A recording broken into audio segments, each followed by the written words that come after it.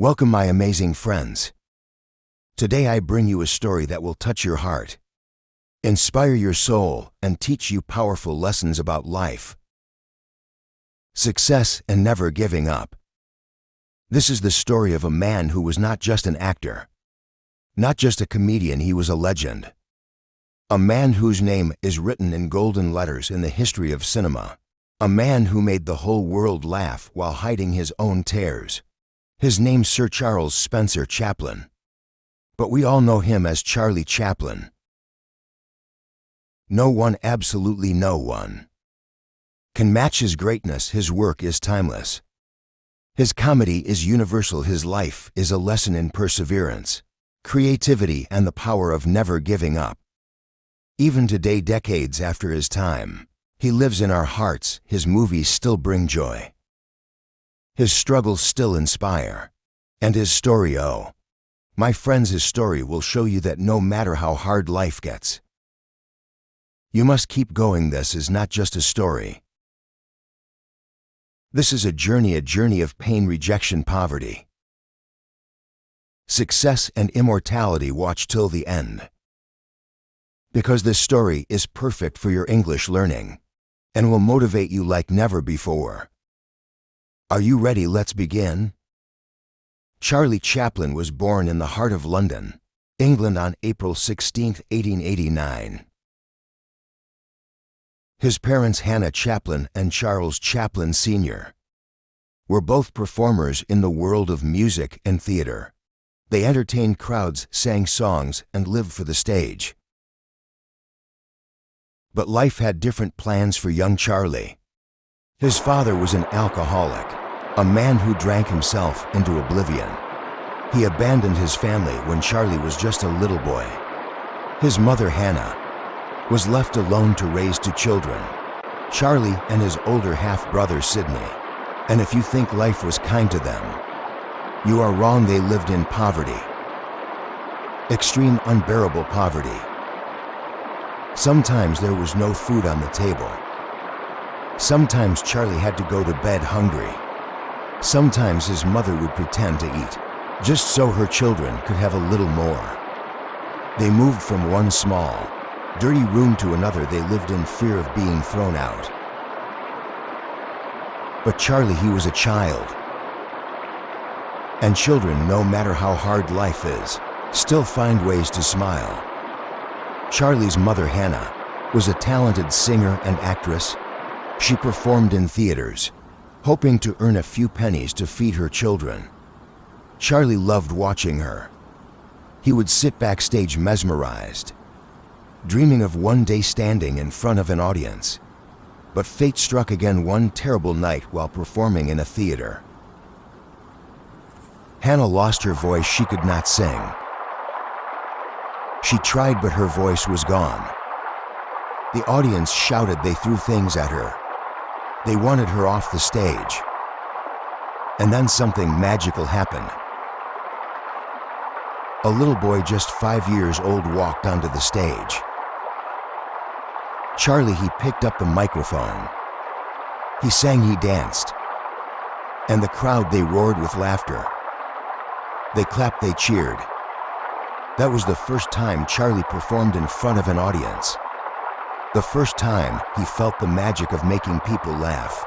And deep inside he knew, this is what I was born to do. But life was cruel. After many years of being poor, hungry, and sad, Charlie's mother lost her mind. She was sent to a mental hospital. Charlie and his brother were left alone with no family, no money, and nowhere to go. They became street children, wandering, begging, fighting for survival.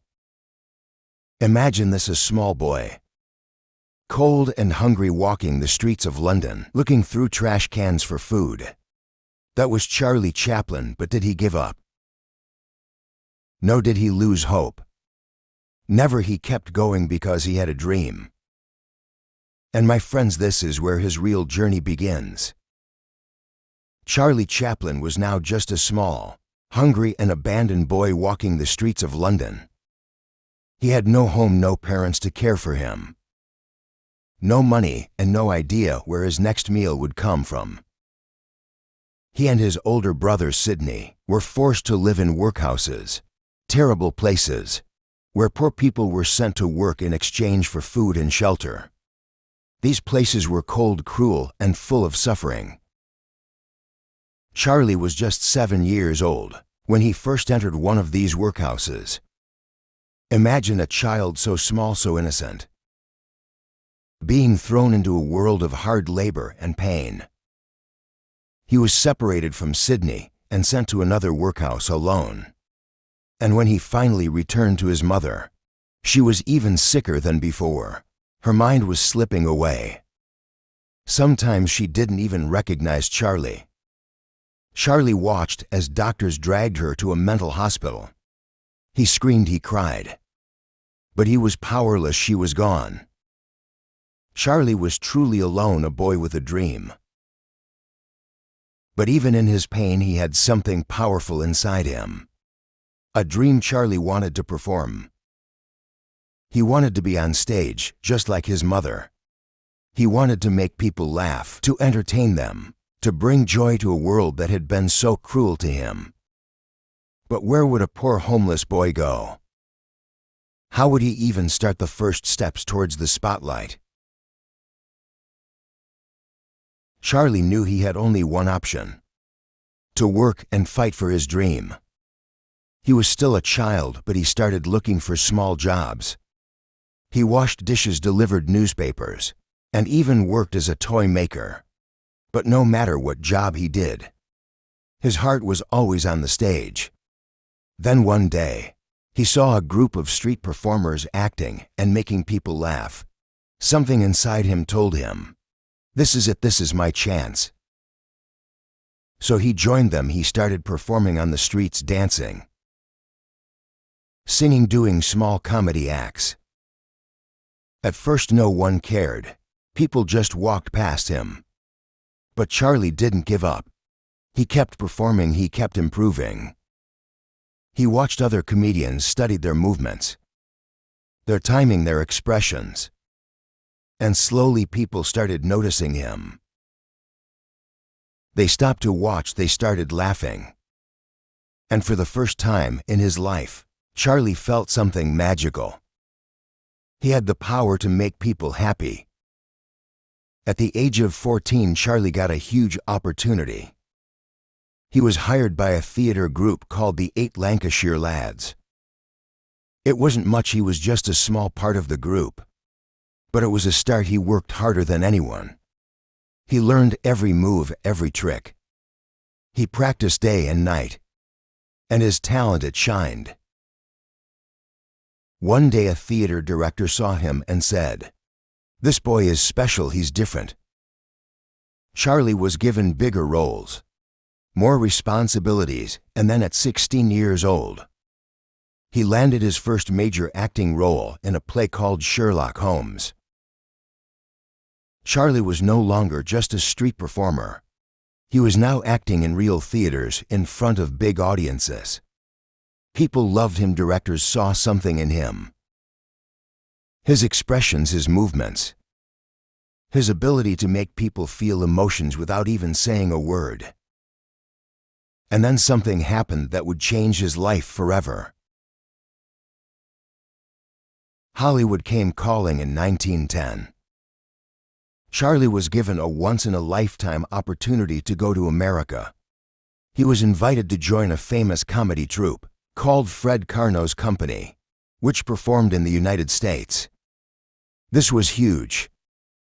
America was where dreams came true. Charlie packed his bags and stepped onto a ship, crossing the ocean towards his future. When he arrived in America, everything felt different. The streets were bigger, the people were louder. The energy was electric, and most importantly, Hollywood was there. Charlie knew one thing: this is where I belong. This is where I will become a star. In 1913, a film company called Keystone Studios noticed Charlie. They gave him a small role in a silent film. It wasn't much, but Charlie saw an opportunity. He wanted to create something unique, something that people would never forget. And so he created a character.